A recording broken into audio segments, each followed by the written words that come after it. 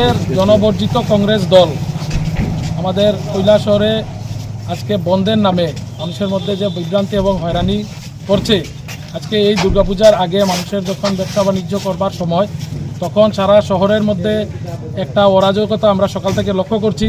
গাড়িগুড়ি ভাঙচুর, স্কুল কলেজের মধ্যে হামলা, এগুলা যখন করছে এগুলা মানুষ দেখছে। আমরা কৈলাসহরের মানুষ এগুলা প্রত্যাখ্যান করছে এবং বারবার কংগ্রেস জনবর্জিত হয়েছে। আমরা ভারতীয় জনতা পার্টি দল সমস্ত অংশের মানুষকে বলতে চাই, এই ধরনের কোনো যারা করছে এদেরকে প্রশ্রয় দেবেন না এবং সমগ্র অংশের মানুষ এই তাদেরই কার্যকলাপের বিরুদ্ধে গর্জে উঠবে, আমরা এই আশা রাখছি। কোন সময় ভাঙচুর হয়েছে?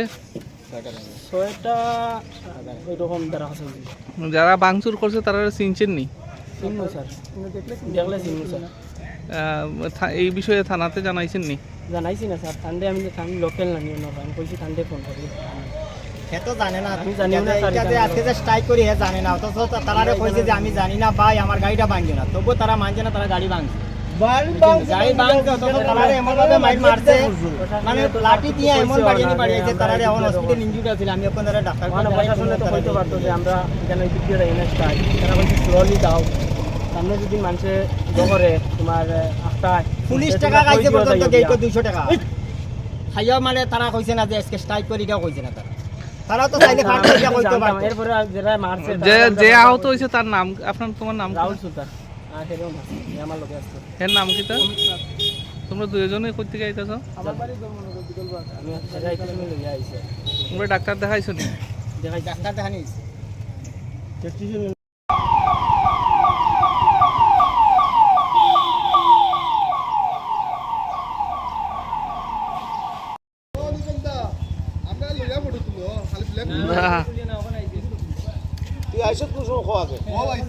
जो मतलब जो स्ट्राइक देखा गया है, ये अभी कैसे चल रहा है और कोई सिचुएशन क्या है?